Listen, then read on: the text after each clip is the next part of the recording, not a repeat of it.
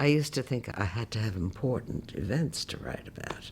You know, I had to be taken by pirates or something, but there are things about playing potsy on the sidewalk that are interesting to write about. I have so many fascinating things to write about from my life, I can't get away from it. I find myself doing a lot of writing about that particular part of what it means to be a Puerto Rican in this city and what it meant to my parents. If you're an alcoholic, sometimes you take it out on friends and relatives and all that. And I can take it out on paper. It really helped me.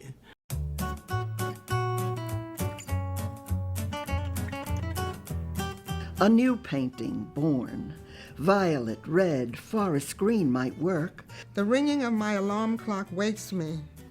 Feet shuffle their way into the kitchen. Running through the field from the forest called death. Age 14, newly radicalized by the Spanish Civil War.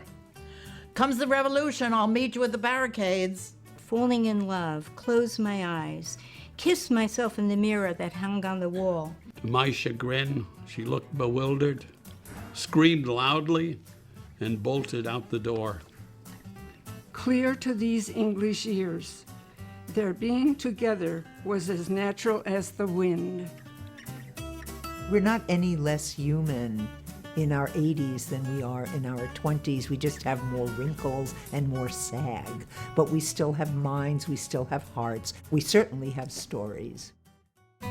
I was looking for a writing group all my life. This, I feel, has been the best writing group I've ever been in. We did rap numbers, we did odes, we did homages. One story brings another. I keep forgetting and then I keep remembering. Oh, what about that? A lot of people come in who are not writers when they came in and turn out these well-written, sometimes moving, sometimes funny anecdotes about their life. I'm amazed how these exercises unearthed events whose memories seemed so deeply hidden. They're all writers. I tell them that once a day they have to tell somebody that they're a writer. I think the instructors have been very sensitive. They encourage critique instead of criticizing. They are working, living writers. One of the things that attracted me most to this was its title, The Use of Years, because I was feeling the pull of years. These are people with long, rich lives. These are people who have experienced birth, they've experienced loss. Our society can be enriched by knowing these narratives. I said, okay, would you like to do a chapbook? Putting a chapbook together is not just the writing part. Each chapbook also took on an historical aspect. And I have 2 grandchildren, and this is my legacy. I wanted it to be something that they could hear about, read about after I'm gone, and this is my opportunity to do that. I'm not sure my life could continue as it has without the stimulus and comfort of this program, and that's exactly what I would say about poets and writers. I have developed such close friends here that it's delicious. We've learned to trust each other and say things we would not say to other people.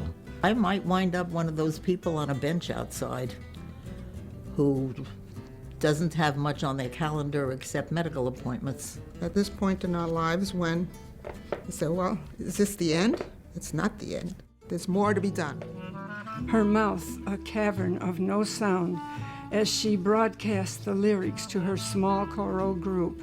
I'd sing low if my mother were sleeping, or to the top of my lungs if I was alone. And if the passing number 4 train tried to drown out my voice, I'd belt even louder. Comes the revolution, I'll meet you at the barricades if it's wheelchair accessible. Creating a mulatto's hybrid, pleasing to the eye and palate, but disturbing to the coldly critical, unaccepting world that surrounds it. I was so happy that I still had the ability to be attractive to men. I couldn't fall asleep until 3:30 a.m. What a wonderful reason for insomnia. Is God holding my hand to work by my side? Or through me?